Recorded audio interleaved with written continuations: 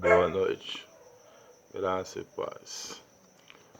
Vamos ler uma palavra aqui, vamos refletir a palavra de Deus a respeito da oração. A Bíblia recomenda nós orar sempre, sem nunca desfalecer, né? Paulo já dizia, orai sem cessar. Vamos ler uma passagem aqui no Evangelho segundo escreveu Lucas, capítulo 18, que fala sobre uma parábola que Jesus contou acerca de orar sempre e nunca desfalecer. Capítulo 18, versículo 1, diz assim: E contou-lhes também uma parábola sobre o dever de orar sempre e nunca desfalecer, dizendo: Havia numa cidade um certo juiz que nem a Deus temia, nem respeitava o homem. Havia também nesta mesma cidade uma certa viúva ia ter com ele, dizendo: Faze-me justiça contra o meu adversário. E por algum tempo não quis, mas depois disse consigo: Ainda que não tema Deus, nem respeite os homens, todavia, como esta viúva me molesta, hei de fazer-lhe justiça, para que, enfim, não volte e me importune muito. E disse o Senhor: Ouvi o que diz o injusto juiz.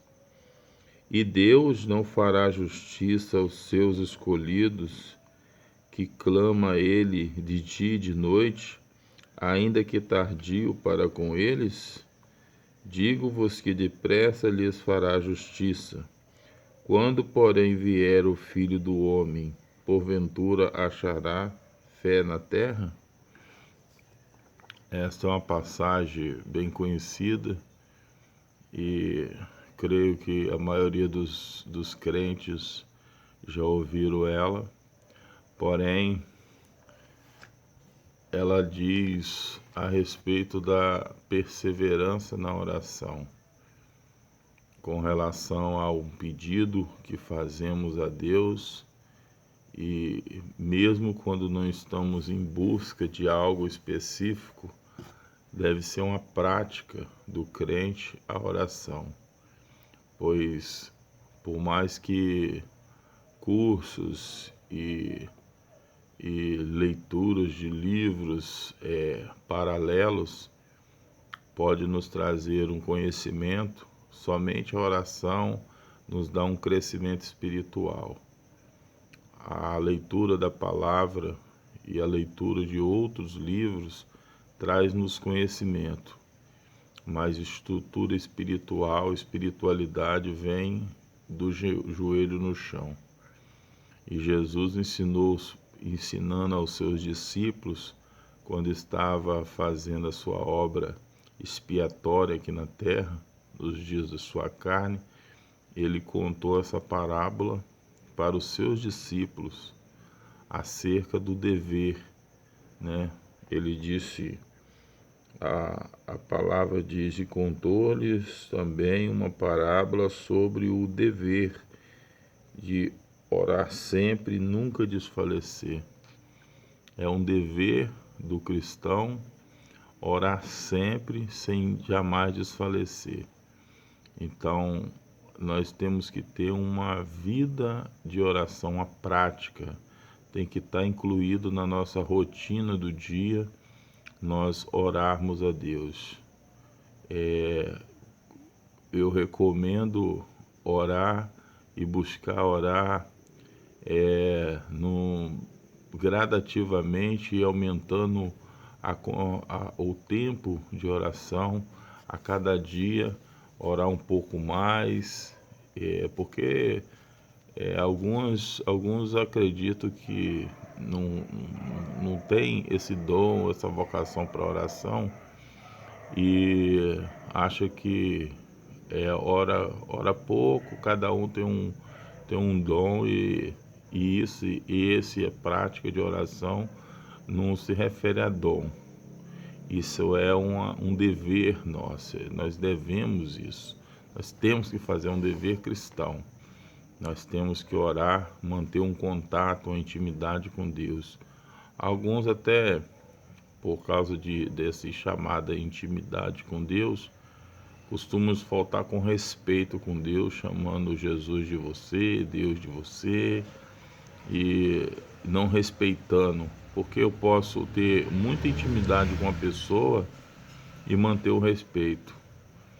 Não é porque eu sou amigo do presidente que eu não vou chamar ele de, de excelência, né? Ao respeito, o juiz, às vezes é o meu pai, às vezes é um amigo próximo, que eu tenho muita intimidade, mas eu vou me referir a ele como meritíssimo, né? Então, assim a gente vê no mundo secular. O respeito é uma coisa que todos nós temos que respeitar os outros, e principalmente quando se trata de Deus, né? Então,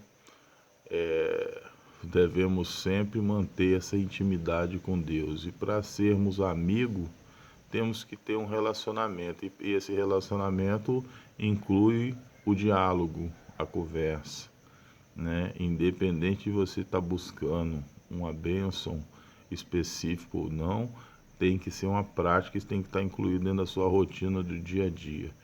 Normalmente a gente, antes de dormir, a gente ora a Deus, agradece a Deus por tudo e vai dormir, né, com a oração. E quando levanta, a mesma coisa, a gente tem que incluir na rotina do nosso dia. Daniel, ele tinha uma prática de oração e ele orava 3 vezes ao dia. A gente não sabe os horários que ele orava, mas sabe que dentro do dia dele ele tinha aquele momento da oração que era sagrado, mesmo quando o rei tinha decretado uma ordem para ninguém pedir nada a outra pessoa, a não ser ele. Daniel, ele permaneceu na sua rotina, a rotina prática de oração. E agora, para a gente orar também, tem a questão do estímulo. O que me motiva a orar? Às vezes a pessoa não tem ânimo e não se sente impulsionado, não sente essa necessidade de orar, porque quando dobra o joelho para orar não sente nada, não tem uma prática, um relacionamento próximo com Deus, então ele não sente nada, ou ela não sente nada quando vai orar. Então eu tenho uma fórmula na Bíblia. A Bíblia nos mostra que isso daí de não sentir nada é porque alguma coisa está errada na sua vida cristã, a sua prática cristã do seu dia a dia, porque nós não podemos ser só crente lá dentro da igreja, nós temos que ser servo de Deus aonde quer que nós estejamos. Se estamos fora da igreja, se estamos fora de casa ou dentro de casa, o nosso comportamento, a nossa atitude tem que ser de cristão. Temos que ser servos de Deus. E a palavra servo é uma substituição para a palavra escravo. Paulo usava muito isso, que ele era escravo de Cristo. Ele era prisioneiro de Cristo. Não está se referindo apenas às cadeias que ele de vez em quando era preso por pregar o evangelho, mas ele falava sobre a sua submissão plena. Não fazia a sua própria vontade, mas a vontade de Deus. Em várias epístolas, ele dizia que ele queria ir naquela determinada igreja, mas que foi impedido pelo Espírito Santo. Em dado momento, ele queria ir para um lugar, o Espírito Santo mandava para outro, orientando ele. Então ele fazia o que o Senhor Deus queria que ele fizesse. O ministério dele foi exercido dentro dessa submissão plena, e nós devemos ter isso. Jesus falou no Evangelho de João, capítulo 6, ele diz que aquele que de mim se alimenta também viverá por mim. Ou seja, viver em função dele, fazer o que ele quer e não o que você quer mais. É a vontade dele agora é que tem o primeiro lugar na sua vida. A prioridade sua é a vontade de Jesus agora. Então, João falou, quero ler aqui, no Evangelho de João, capítulo 14, versículo 23. Ele diz, Jesus respondeu e disse-lhe, se alguém me ama, guardará as minhas palavras, e meu Pai o amará, e viremos para ele e faremos nele morada.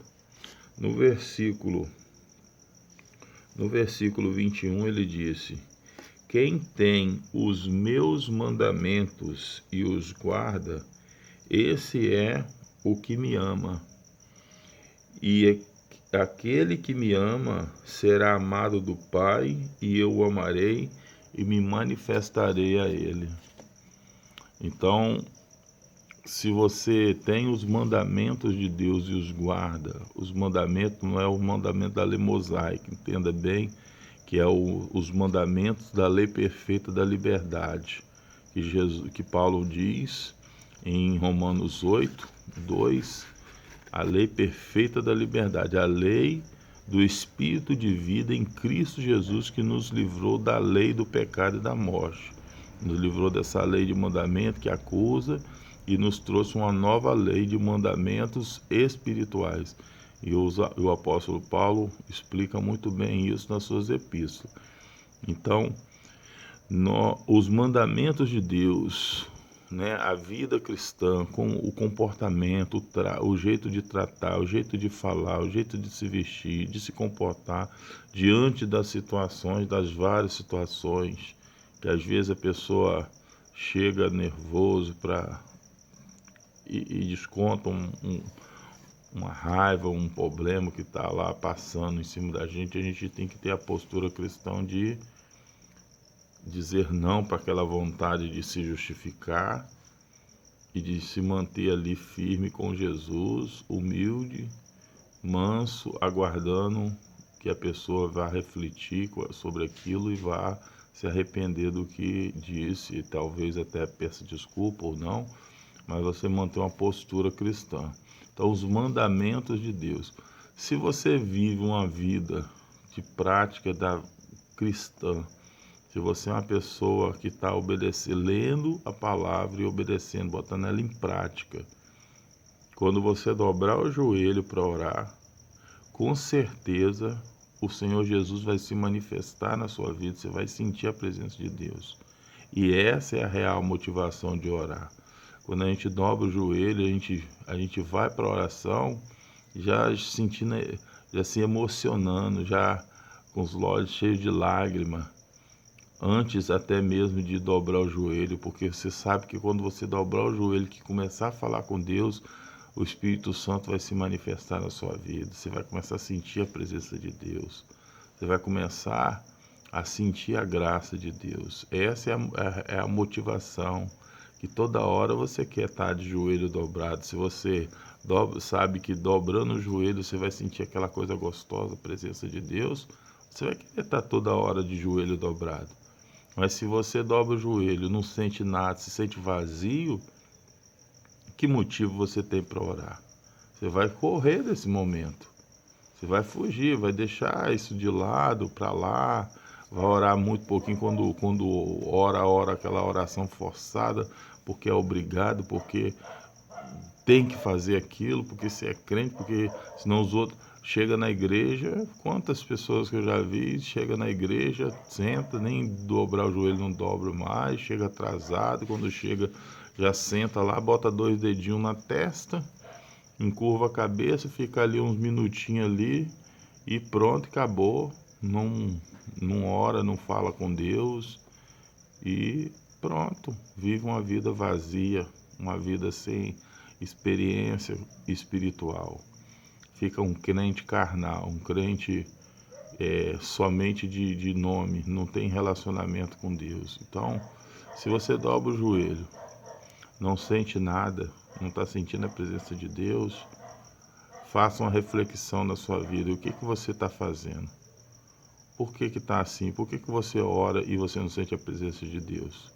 Não adianta você viver uma vida secular, uma vida carnal, durante o seu dia, nos seus afazeres, no trabalho, aonde quer que esteja, e chegar na igreja querer que a graça de Deus venha sobre você. A graça, ela transborda quando você já está cheio. Se você não está cheio, como é que ela vai transbordar? Para uma coisa transbordar, já tem que estar cheio. Se coloca mais, aquilo transborda. Então, para você sentir, você no início, quando a gente começa, vai orando, aí vai enchendo aquela vasilha de azeite, não sente muito, você tem que ir insistindo e vai enchendo. E você vai buscando, busca hoje, busca amanhã, e vai enchendo. Chega um ponto que a sua vasilha está cheia já. Se você coloca mais ali, é que ela transborda. Então aquela fase de que você, quando vai orar, você já vai sentir a graça de Deus já para você, que você não precisa de muita coisa, porque você já está cheio. Você só está mantendo o seu dever como cristão de falar com seu Deus, de se relacionar com Ele, mas você já está com a sua vida cheia da graça, né?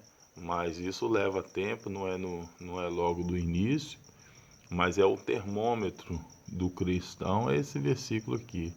Se você tem os mandamentos de Deus e os guarda, você ama Ele. E se você ama Ele, Jesus falou, meu Pai o amará, eu o amarei e virei para Ele e me manifestarei a este. A manifestação de Jesus é a presença de Deus, que você já tem o Espírito Santo. E o mundo não pode receber o Espírito Santo, as pessoas que estão no sistema mundano. Não é no mundo todos nós estamos, mas no sistema mundano, está fora do Evangelho.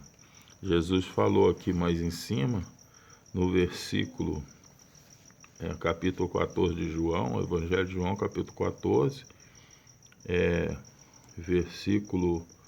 versículo 16, ele diz, e eu rogarei ao Pai, e ele vos dará outro Consolador, para que fique convosco para sempre. O Espírito de verdade, versículo 17, que o mundo não pode receber, porque não vê nem o conhece, mas vós o conheceis, porque habita convosco e estará em vós. Então, quem aceita Jesus, quem passa a ser um servo de Deus, tem o Espírito Santo. Então, ele já tem o Espírito Santo. Agora só basta ter uma vida de oração, uma prática de orar, e essa graça vai se manifestar na sua vida. Se você está orando e não está sentindo nada, veja aí o que está fazendo de errado, o que você está aprontando aí, e se acerte com Deus. Se você é um novo convertido, você ainda está no início, você então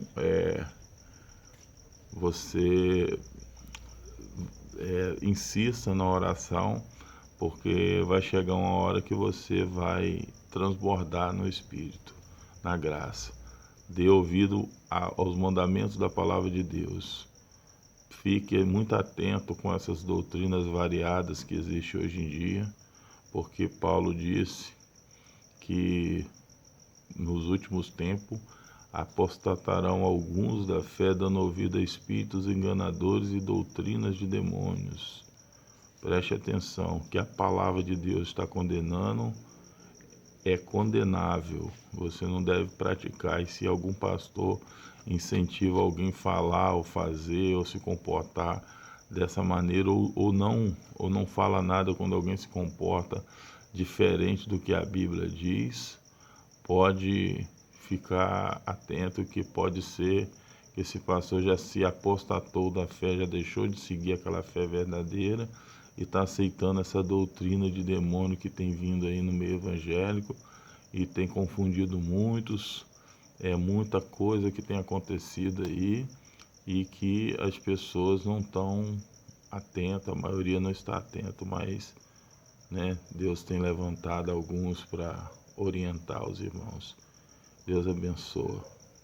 Fique na paz do Senhor Jesus e que Deus ative a sua mente, a mente de Cristo que você tem, e que você possa ter um bom proveito nesse conteúdo cristão.